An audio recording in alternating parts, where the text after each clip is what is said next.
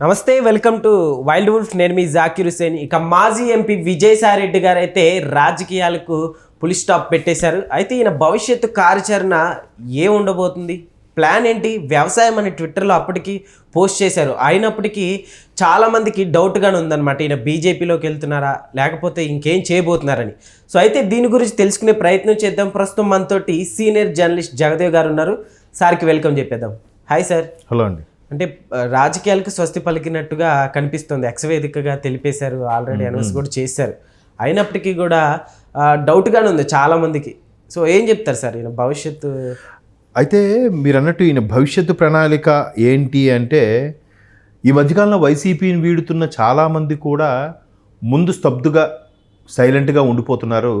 అక్కడికి కొద్ది నెలలు పోయిన తర్వాత బీజేపీలోకో జనసేనలోకో వెళ్తున్నారు. ఎస్పెషల్లీ టీడీపీలోకి వెళ్ళలేకపోతున్నారు. ఎందుకంటే కూటమి ఇంత భారీ మెజార్టీతో గెలిచిందంటే దాంట్లో సింహభాగం అంతా టీడీపీదే. సింహభాగం ఏంటి, నాకు తెలిసి 80% టీడీపీదే. మిగతా 20% జనసేన. 20%లో ఒక 15 నుంచి 17% వరకు జనసేన ఉంది. 3% బీజేపీకి ఉంది గెలుచుకున్న దాంట్లో నేను చెప్పేది.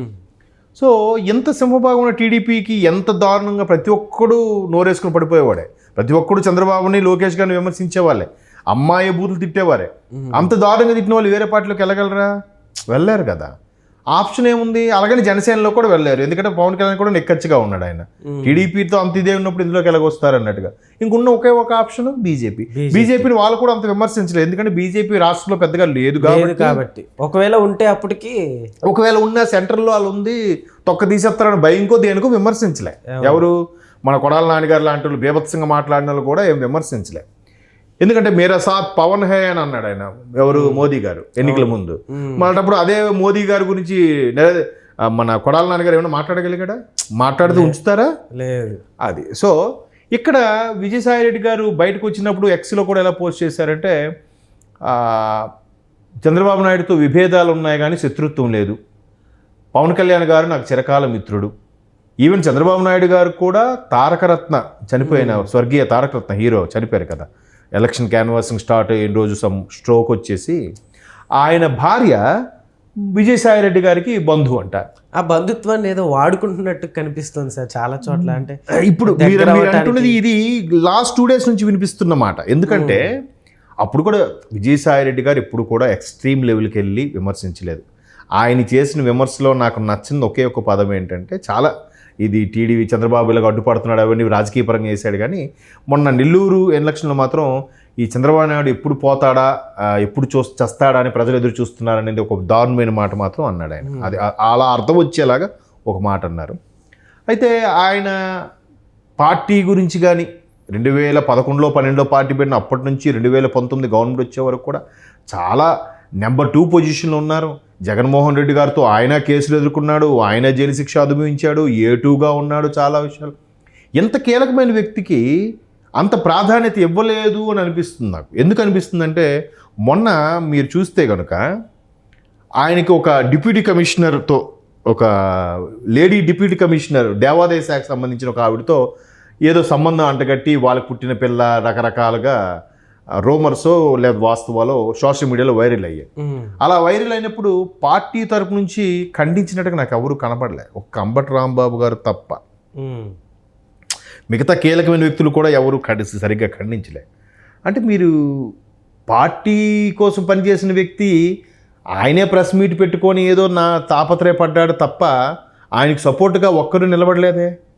జగన్మోహన్ రెడ్డి గారితో నెంబర్ 2గా ఉన్న వ్యక్తినా, నెంబర్ 2గా ఉన్న వ్యక్తికి మిగతా పార్టీ కార్యకర్తలు నాయకులు సపోర్ట్ ఇవ్వాలిగా. ఇవ్వట్లేదంటే అర్థం ఏంటి? మేబీ భవిష్యత్తు ప్రణాళిక బీజేపీలోకి వెళ్తున్నారేమో. బీజేపీలో కూడా ఒక టాక్ ఏంటంటే, ఆల్రెడీ బీజేపీ పెద్దలను కలిశారు, వ్యవసాయం చేసుకుంటాను రాజకీయ సన్యాసం అంటున్నారు. కానీ ఇది పూర్తిగా నిర్ణయం తీసుకున్న స్టేట్మెంట్ అయితే కాదు. ఇది మరలా ఈయన బీజేపీలోకి వెళ్ళే అవకాశాలు అయితే ఉన్నాయి. సో ఆ బీజేపీలోకి వెళ్ళాలన్నా ఇక్కడ బాబు గారి డెసిషన్ ప్రకారం ఆధారపడి ఉంటుంది అన్నట్టు కూడా కొన్ని వార్తలు ఉన్నాయి.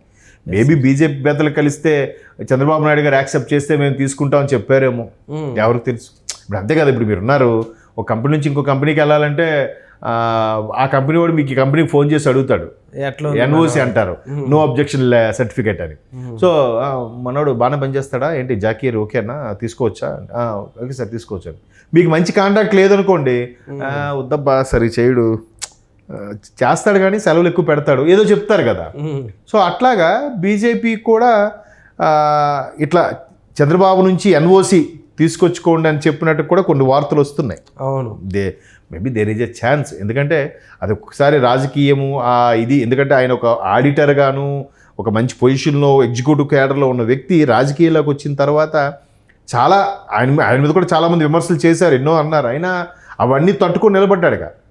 బట్ మొన్న గవర్నమెంట్ వచ్చిన తర్వాత, గవర్నమెంట్ వచ్చే వరకు వైసీపీకి ఎవరెవరైతే అండగా ఉన్నారో, గవర్నమెంట్ వచ్చిన తర్వాత వైసీపీకి అండగా చాలామంది సైడ్ అయిపోయారు. అందులో ప్రధానంగా షర్మిలమ్మ గారు కూడా ఉన్నారు, విజయమ్మ గారు కూడా ఉన్నారు, తర్వాత కొత్త ఉన్నారు ఎప్పటి నుంచో. బట్ సజ్జల గారు లాంటి వాళ్ళు, సకల శాఖ మంత్రిగా పేరొందిన సజ్జల లాంటి వాళ్ళు కూడా మెల్లమెల్ల తెర మీదకి వచ్చారు. అంటే ఈయన ప్రాధాన్యత తగ్గింది అక్కడ, ఎక్కువగా వీళ్ళ పేర్లే వినిపించాయి, సజ్జల గారు, పేర్ని గారు, మిగతా వాళ్ళు చాలామంది వీళ్ళు వినిపించే వాళ్ళ ప్రాధాన్యత తగ్గింది. ఇప్పుడు ఆయన ఇంకోటి కూడా ఉంది, రోమరు విజయసాయిరెడ్డి గారు నెంబర్ 2గా ఉన్నప్పుడు వైసీపీ వాళ్ళు ఎప్పుడు ఎక్స్ట్రీమ్ లెవెల్కి వెళ్ళి తిట్టలే. ఎప్పుడైతే సజ్జల గారు పూర్తి స్థాయిలో సకల శాఖ మంత్రిగా వచ్చిన తరువాతే వైసీపీ నాయకులందరూ కూడా ఎక్స్ట్రీమ్ లెవెల్కి వెళ్ళి మాట్లాడటం, ఎక్స్ట్రీమ్ లెవెల్కి వెళ్ళి తిట్లు తిట్టడం, ఫ్యామిలీ పర్సనల్ ఇష్యూస్కి వెళ్ళి మాట్లాడడం జరిగిందని కూడా ఒక వార్త అయితే హల్చల్ అయ్యింది ఆ మధ్యకాలంలో. మేబీ అది వాస్తవం అయితే అండి, ఎందుకంటే విజయసాయిరెడ్డి గారు కొంత డిగ్నిఫైడ్గానే నడుచుకున్నారు. ఆయన మరీ భార్యల మీద, తల్లుల మీద, పిల్లల మీద ఆయన విమర్శలు చేయలే. సో అంటే ఒకవేళ చేయించలే ఆయన హయాంలో, ఒకవేళ ఎవరు చేయలేదంటే ఆయన హయాంలో ఆయన దాన్ని ఎంకరేజ్ చేయనట్టేగా. ఒకవేళ ఆయన హయాంలో కూడా విమర్శించుంటే ఆయనే ఎంకరేజ్ చేశాడని చెప్పొచ్చు. సో అటువంటి వ్యక్తి ఈయనకి ఎందుకో పార్టీలో ప్రాధాన్యత తగ్గడం వల్ల బయటకు వెళ్ళిపోతున్నారా, లేదా అమ్మో ఆయన మీద కేసులు కూడా కారణం అవ్వచ్చుగా. అన్నిట్లో A2గా ఉన్నారు, స్టేట్లోను సెంట్రల్లోను రెండిట్లోనూ కూటమి ప్రభుత్వమే ఉంది. రేపొద్దున కేసులు తిరగబడితే ఈ పరిస్థితి ఏంటి? ముందు ఆలోచన చేశారు. మేబీ జగన్మోహన్ రెడ్డి గారు తర్వాత చెప్పాను కదా, ట్విన్ బ్రదర్స్ వీళ్ళిద్దరూ కవల్ సోదరులాగా మెలిగారు. జగన్మోహన్ రెడ్డి గారు, విజయసాయిరెడ్డి గారు వేరు కాదు, వాళ్ళిద్దరూ ఒకటే అన్నట్టుగా కూడా మనం చూసాం.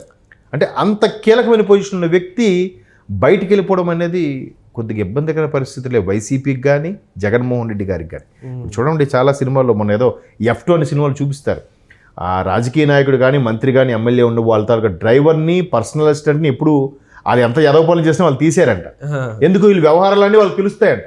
వాడే బయటికి వెళ్ళిపోయాడు అనుకోండి, వీడు విషయాలన్నీ బయట చెప్పేస్తాడుగా, అందుకు వాడు ఎలాంటి వాడైనా తీరు. అలాగే ఇక్కడ A2గాను నెంబర్ 2గాను ఉన్న విజయసాయిరెడ్డి గారి వ్యక్తి జగన్మోహన్ రెడ్డి గారి వ్యవహారాలన్నీ ఇప్పుడు కాదు, రాజశేఖర రెడ్డి గారి హయాం నుంచి కూడా అన్నీ తెలిసిన వ్యక్తి ఒక్కసారి బయటికి వెళ్ళిపోతే ఎటువంటి పరిస్థితులు వస్తాయి? ఇంకోటి కూడా విన్నారు వార్త ఏంటంటే, ఆయన ఏదో ఛానల్ పెట్టబోతున్నారని, ఆ ఛానల్కి జగన్మోహన్ రెడ్డి గారి పార్టీలో ఉంటే అడ్డు తగలొచ్చని. బయటకు వచ్చేసామనుకో ఏ పార్టీకి కొమ్ము కాయని ఛానల్గా మనం ఒక ప్రొజెక్ట్ చేసుకోవచ్చు. అప్పుడు జగన్మోహన్ రెడ్డి గారితో కూడా ఇబ్బంది ఉండదు. ఏ పార్టీకి కొమ్ము కాయకుండా అంటే నమ్మచ్చు అంటారా? అప్పుడు చూద్దాం. ఇదే క్వశ్చన్ విజయసాయిరెడ్డి గారు ఛానల్ ఎస్టాబ్లిష్ చేసి ఒక 6 నెలలు అయిన తర్వాత మీరు ఈ క్వశ్చన్ అడగండి, అప్పుడు ఖచ్చితంగా మనకు అప్పటికే అర్థమవుతుంది ఏ పార్టీ కొమ్ము కాస్తుంది, ఏ పార్టీ కొమ్ము కాయదు, లేదా న్యూట్రల్గా వెళ్తుందా అనేది చూడొచ్చు. కానీ ఆయన పార్టీలో ఉండి కూడా ఈయన ఛానల్ పెడితే, గడ్డం పెట్టుకుంటేనే ఫ్రెంచ్ బీడ్ పెట్టుకుంటేనే ఇబ్బంది కలిగింది తీసేయమని వ్యక్తి ఛానల్ పెడతారంటే ఒప్పుకుంటాడా? సో అందువల్ల కూడా ఆయన బయటకు వచ్చేస్తున్నారని కూడా కొన్ని, అంటే కన్నుడి చావుకు అనేక కారణాలు అన్నట్టుగా ఇలాంటి రకరకాలుగా వినిపిస్తున్నాయి. చూద్దాం మరి విజయసాయిరెడ్డి గారు ప్రధానంగా ఛానల్, ఒక ఎలక్ట్రానిక్ ఛానల్ పెడతారని అంటున్నారు. అది కానీ అయితే మీరు అన్నట్టు ఏ పార్టీకి కొమ్ము కాయకన ఉంటుందా ఉండదా అన్నది ప్రజలు డిసైడ్ చేస్తారు. Okay sir, thanks.